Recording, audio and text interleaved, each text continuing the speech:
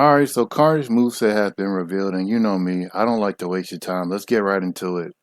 Alright, first off, let's go over the bio real quick. He can deform his body and unleash various attacks using his tentacles. His long reach, he specializes mainly in mid-range combat, and various tentacle moves on opponents triggers the Necro state. We'll talk about that a little later. Caused by the parasite. This grants benefits powering up certain attacks and making it easier to chip away at opponent's health even through their guard. Alright, and then his move names with Parasite Fang, Dismember, and Guillotine Axle. Alright, so I got his moves all right here. Hopefully this helps. If I get it wrong, please let me know down below. But the first one is Vicious Skewer. This is basically a full screen like tentacle attack.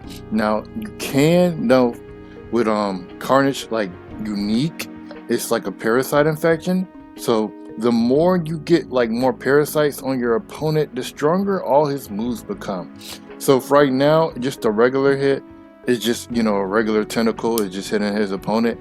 But the stronger, the more parasite, the more you infect your opponent, that stronger that move will become, and it will do more damage on hit, and it will do more damage, chip damage on block. Alright, but let's move. Oh, also this is his forward assist, so he's like the first assist pick. He will probably do this move, and it's a nice long range attack. In my opinion, that's a good assist. Let's move on to the next one. Alright, next one is Sadistic Sight. This was like the only clip I could find of it. Maybe I missed something while looking for it. But honestly, this looks like a simple anti-air button. I think it's your forward or back, either one of those. It looks like your really simple anti-air, and it looks like it puts them in enough state to where you can get a follow-up combo, because look how far down Spider-Man it takes for Spider-Man to recover. I don't know if that's just them showing it off for the video, or if it's really like that. We'll have to wait and see. Or maybe if you get more necros on your opponent, more infection on your opponent, maybe the higher it is, maybe the longer the stun will be to get the combo off. We'll have to wait and see. Let's move on to the next one. Alright, his next one is Mutilate and Dismember. Now, from the glimpse I caught when I had to quickly pause the video where I got this stuff from, Mutilate looks like a surprise lunging attack, so that can also be kind of used as an anti-air, maybe, in my opinion. I could be wrong, we don't know, but for now, that's looking like an anti-air for me. So looking like Carnage got two versions of anti-airs in this game.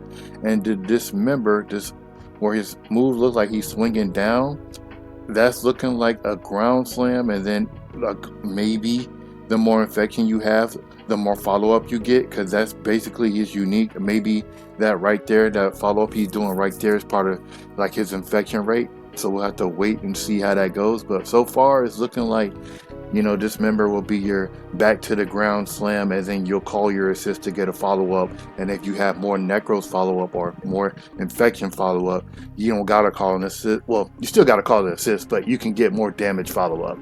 Let's move on to the next one. And the last one I have screenshotted is Guillotine Axe. This move right here, yes, it is an overhead, so be rejoiceful. Carnage do have a high-low overhead mix-up. Granted, it is an axe, so it might be able to see you coming from a mile away, but this is where his high-low mix come in. You will simply just do Carnage Axe.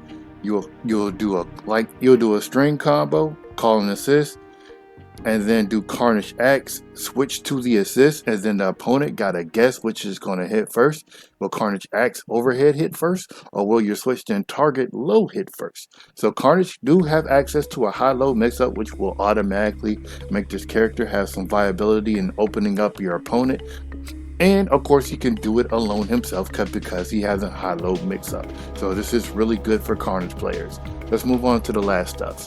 Alright, the last stuff I got right here for you is his unique stuff right here, Necros. Sadly, I was not able to get any of what the descriptions came with it, so you're going to have to do a little speculation on your own. But I can tell you the Necros is what I've been talking about this whole video, that parasite.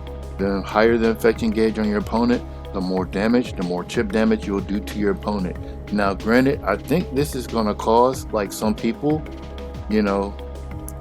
the higher infection you get on your opponent, I think this is going to cause more people to switch out against Carnage, because If Carnage is doing mad damage against your one character because his gauge is high, it would make more sense to switch that character out and then fight another character against Carnage.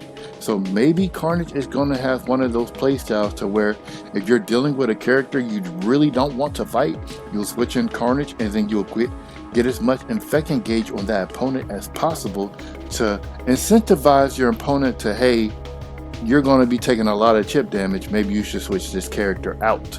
So that way you can get a more favorable matchup. But that's what I'm thinking. Maybe that's the game plan they were going for Carnage, because he's really sick. In my opinion, that's just my opinion. So with that being said, comment down below what you think. This is just a quick breakdown. I can't go any deeper than this. Have a good day.